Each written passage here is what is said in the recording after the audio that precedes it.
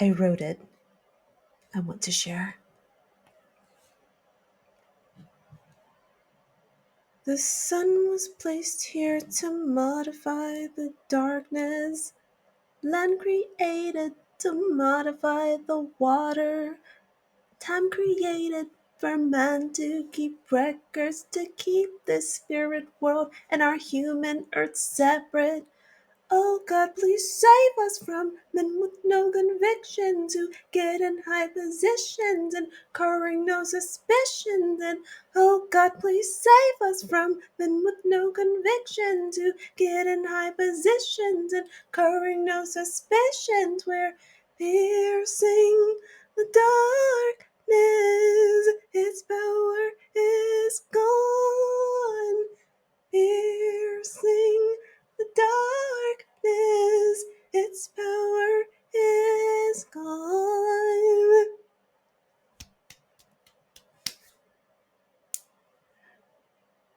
That's all I have so far. Good morning. Good morning to you, the bird.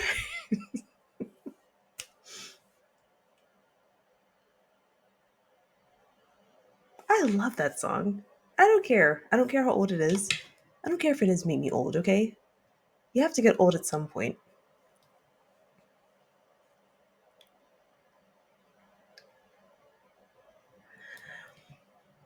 Good morning.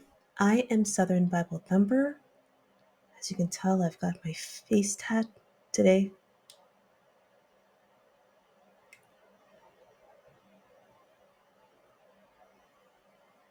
Thank you for clicking on the video.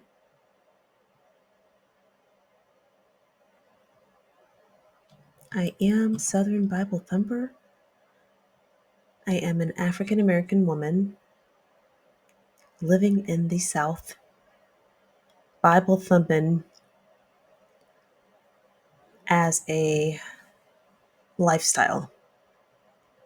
Bible thumping is a lifestyle choice. So it's a lifestyle choice that I've made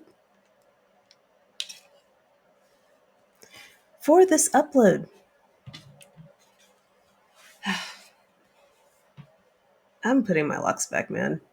This is like nice, but like I did enough trying with my real hair. I'm gonna put those extensions back in and just make it do what it do.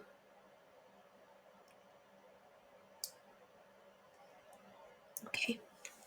For this upload, we're going to be reading Deuteronomy chapter 22. Thou shalt not see thy brother's ox or his sheep go astray, and hide thyself from them. Thou shalt in any case bring them again unto thy brother. And if thy brother be not nigh unto thee, or if thou know him not, then thou shalt bring it unto thine own house, and it shall be with thee until thy brother seek after it, and thou shalt restore it to him again. In like manner shalt thou do this with his ass, and so shalt thou do with his raiment, and with all lost thing of thy brother's, which he hath lost, and thou hast found, shalt thou do likewise. Thou mayest not hide thyself.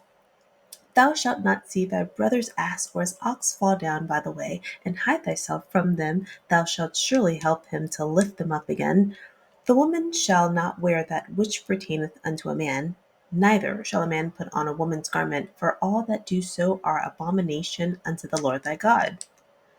If a bird's nest chance to be before thee in the way in any tree, or on the ground, whether they be young ones or eggs, and the dam sitting upon the young or upon the eggs, thou shalt not take the dam with the young, but thou shalt in any wise let the dam go, and take the young to thee, that it may be well with thee, and that thou mayest prolong thy days.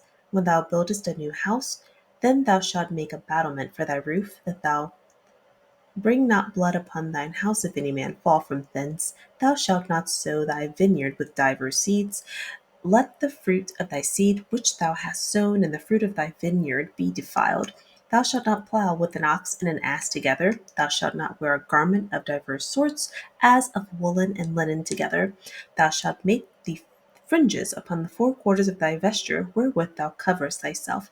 If any man take a wife, and go in unto her, and hate her, and give occasions of speech against her, and bring up an evil name upon her, and say, I took this woman, and when I came to her, I found her not a maid, Then shall the father of the damsel and her mother take and bring forth the tokens of the damsel's virginity unto the elders of the city in the gate. And the damsel's father shall say unto the elders, I give my daughter unto this man to wife, and he hateth her. And lo, he hath given occasions of speech against her, saying, I found not thy daughter a maid, and yet these are the tokens of my daughter's virginity, and they shall spread the cloth before the elders of the city. And the elders of that city shall take that man and chastise him, and they shall amerce him in 100 shekels of silver, and give them unto the father of the damsel, because he hath brought up an evil name upon a virgin of Israel, and she shall be his wife. He may not put her away all his days. But if this thing be true, and the tokens of virginity be not found for the damsel, then they shall bring out the damsel to the door of her father's house, and the men of her city shall stone her with stones that she die, because she hath wrought folly in Israel, to play the whore in her father's house. So shalt thou put evil away from among you. If a man be found lying with a woman married to an husband, then they shall both of them die, both the man that lay with the woman and the woman. So shalt thou put away evil from Israel. If a damsel that is a virgin be betrothed unto a husband, and a man find her in the city and lie with her, then ye shall bring them both out of the gate of that city, and ye shall stone them with stones that they die, the damsel because she cried not, being in the city, and the man because he hath humbled his neighbour's wife.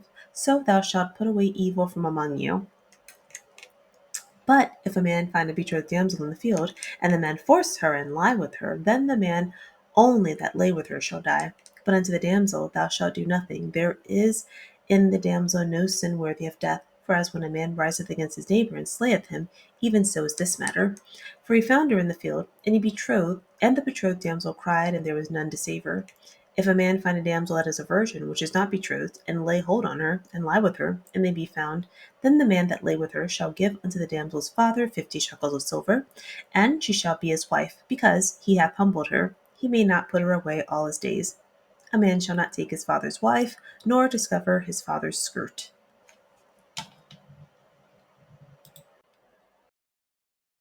Summarizing Deuteronomy chapter 22, Moses is continuing his extended farewell address to Israel. This audience is made up of the children of the generation of Israel who were slaves in Egypt. Verses 1 through 4. Any animal or object that isn't yours, keep and care for it until it can be restored to its rightful owner. Help your brother if his animal falls. Help them lift them up again. Verse 5. Men and women should wear clothing fitting their gender. Any person who wears clothing suited for the opposite gender has committed an abomination. This is Deuteronomy chapter 22, verse 5. I know I made a video where my stance was if you are transgender, it would be better to use the tools on earth to achieve the look that you want instead of going into surgery and letting someone change your body with surgery. I am a human being. I'm not your creator. And what matters is what God thinks, not what I think, not what I say. Deuteronomy chapter 22, verse 5. This is what the Bible says regarding that. Yes, Moses is talking, but this is one of the commands for Israel. And I believe we did see that somewhere in Leviticus. Let me check. Okay, I looked and I did not find where this was in the book of Leviticus. It just says, about the if a man lay with a man, as a man lay with a woman, it's an abomination. But I don't see where this a woman and men wearing clothes that were designated for the opposite gender. I don't see that, or don't know where to find it. So moving right along, but this is what it does say about if you are of one gender and about wearing clothes for the opposite gender, intended for the opposite gender. Verses 6 through 7. If you see a bird, and that's a dam, it means the mother King James Version, the dam. Let's see if that'll come up.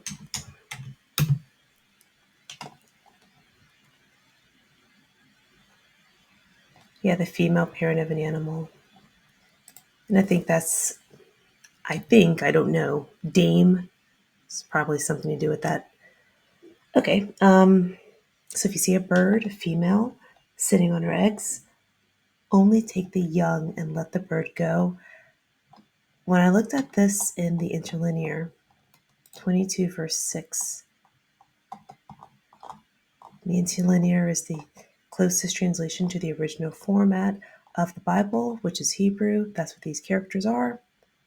And these are read, the passages in this resources are read, the passages are read from right to left. So when we see here along the way, if the nest happens to be before you along the way, and when we read these other translations, be before thee in the way, this is what makes sense to me. If maybe one of the Israelite men are trying to do something, maybe they're trying to chop some wood and they see a bird's nest with with the female mother sitting on the nest. If that's in the way, then you can take the eggs, but let the mother go. Some bird species don't have a parental instinct with their children. That's kind of why where the insult bird for calling women a bird comes from, because they don't have any parental instinct. That's the that's what the insult is. You don't have an instinct the way a woman should have one. But basically, in my opinion, which take that for what it's worth, I am not a theologist at all. I am a rogue. I have made the lifestyle choice to be a Bible thumper. That is the extent of my expertise. But reading this could be interpreted both ways. To me, in the way, but when you read the New Living Translation, it just says if you find a bird's nest, like if you just find a bird's nest, just take it, take the young. Or do not take the mother with the young. Maybe don't. I don't know. I don't know. But the major idea behind this is don't take both the eggs and the mother at the same time. Sort of like that command, don't boil the goat in its mother's milk, which sounds horrible. Boiling meat sounds horrible. But then again, I've never had goat before. Maybe boiling goat is good. Okay, then we get to verse 8. When you build a new house, build a railing around your roof to prevent death, so you won't bring guilt of blood in your house. And so parapet is a railing. Okay, when you look at the Christian Standard, we see railing, we see battlement, parapet. These are all just enclosures. So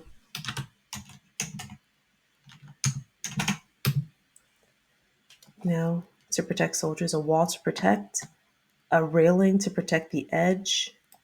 When you look at battlement,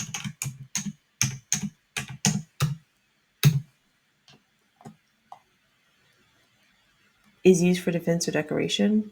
A battlement.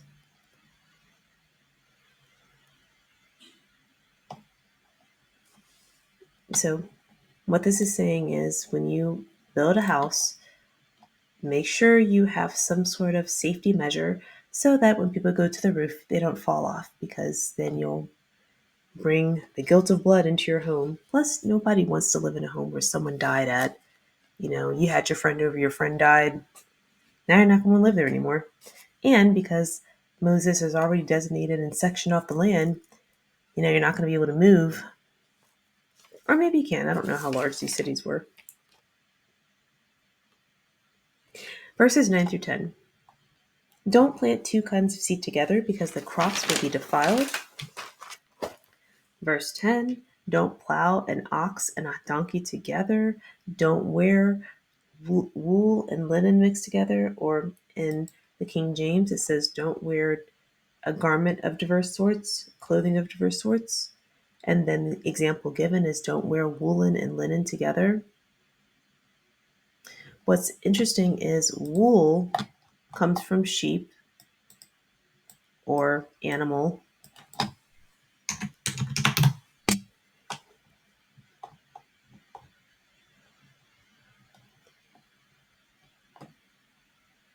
You can also get it from glass, wood.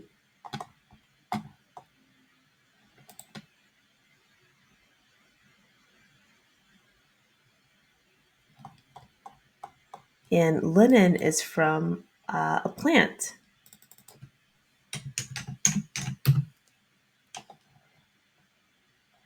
from a flax plant.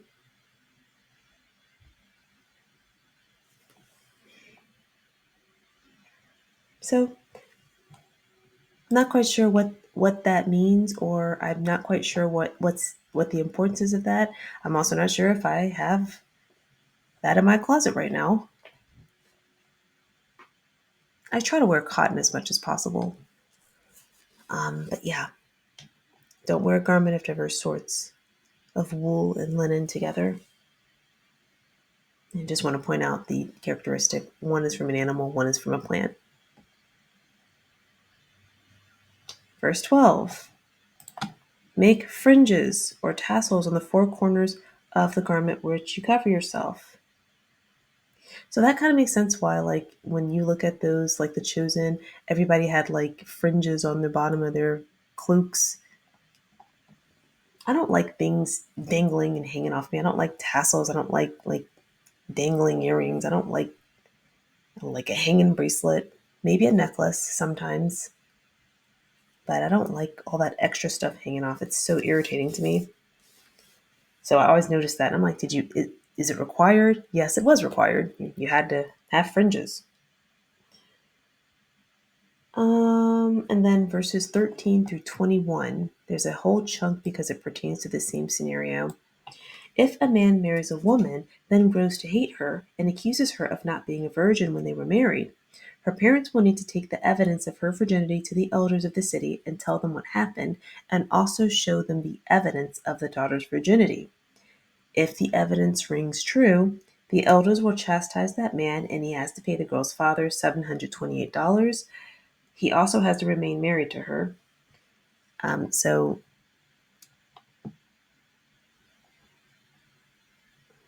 So firstly, the the evidence of her virginity will be a cloth, cloak, cloth. They shall spread the cloak. So just the thought of this being so uh, impersonal and just no privacy. You're having sex for the first time as a woman, and your parents have to get the cloth that you had sex on just to make sure he doesn't try to say you weren't a virgin. It was that important. You know what? It's easy to get mad at these rules against women, but you have to understand that men, they don't even get a chance to live. When Moses was a boy or a little baby, the reason why he had to be put into that little floating device is because the king was killing little boys. We also saw that with the Israelites. They overtook, or I don't want to keep saying overtook, they conquered a neighboring group of people and took the women and children. And Moses told them, no, kill the little boys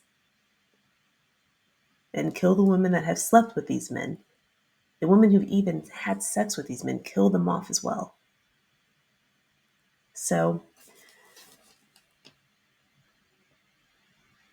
there's a balance between how difficult things are. Things are difficult and unfair for women, but it's in a different way than the man, and vice versa. No one really gets it all that great. I even have a theory that when people get that high status, get that money, it's still if you were miserable before and you don't know how to make a decision to not be miserable, you're going to be miserable with this stuff. I say that because I've seen so many women in high positions of power, women who don't have to work that hard. All you have to do is sit there on your phone. Horrible attitude, horrible to talk to, horrible to deal with, hateful.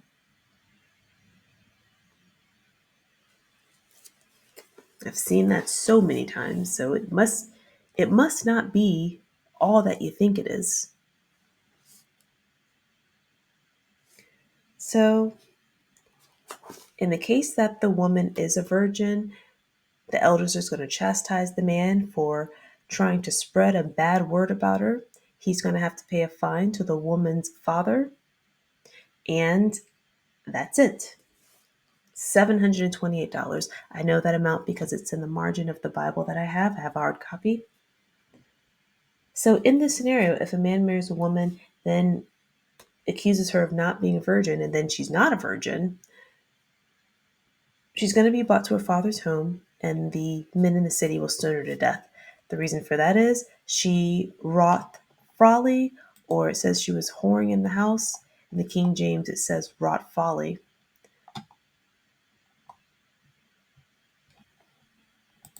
And yes, this language is very harsh and it is a bit unfair, but you have to keep in mind if you're living in a society where virginity is that important and you lie about it, what do you think is going to happen? Before you get married, there's several instances where you can say, okay, dad, I know I didn't tell you the truth, but instead of me going through this, I am not a virgin anymore. That would have solved all that. So don't lie. Verse 22. If a man has relations with a married woman, both he and her must die. And we'll keep seeing this. You shall purge the evil from your midst. The reason why Israel is taking over Canaan is because Canaan has totally submitted to evil. And so that's why. So he, you know, Moses is telling them, you're going to have to keep getting rid of this evil. Don't let it fester.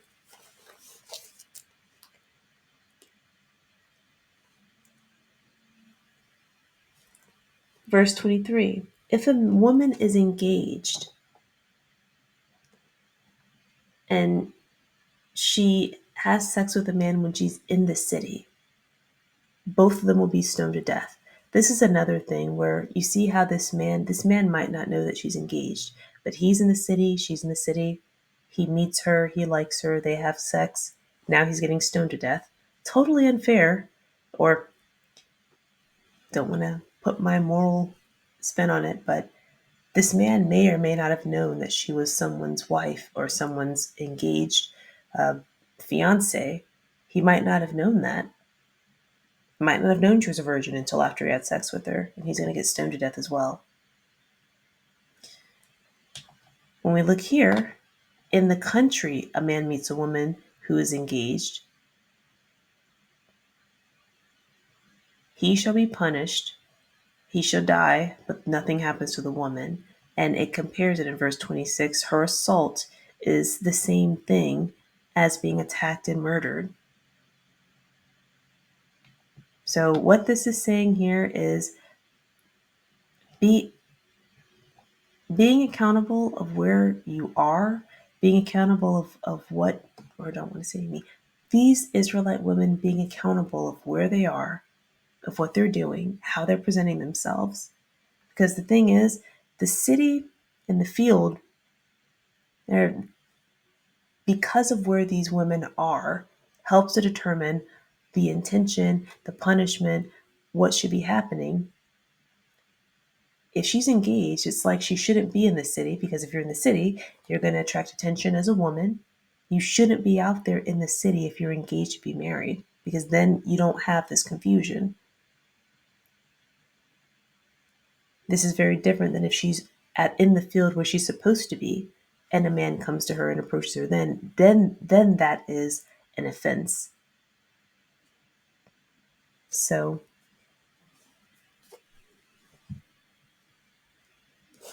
just helping to explain a lot of this stuff with with women having these type of rules. It's just to avoid confusion, because being able to do whatever you want, or doing whatever you want as a woman, it causes confusion.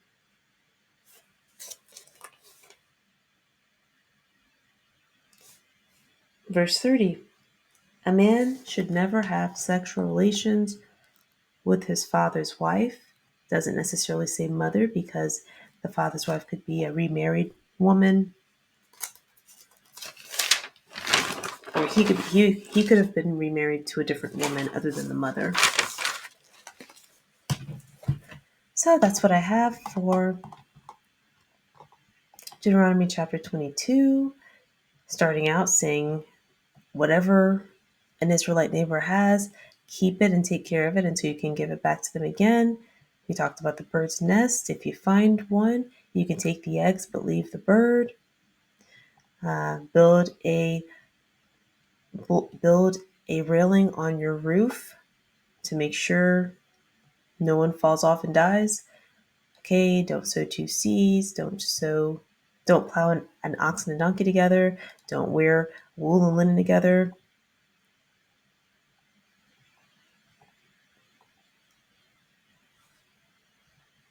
Just trying something else. I don't know. Because sometimes I feel like I'm not as clear. Doesn't everybody do that? Doesn't everybody just pick themselves? I'm not picking myself. Thank you so much for clicking on the video. Okay. This is Deuteronomy chapter 22. The next upload will be Deuteronomy. Oh no, I deleted that one. Ah, I was saying how Deuteronomy sounds like that phrase in SpongeBob. I'm a huge fan of SpongeBob. Deuteronomy. It sounds like that. Okay. Thank you for clicking on the video. I love you.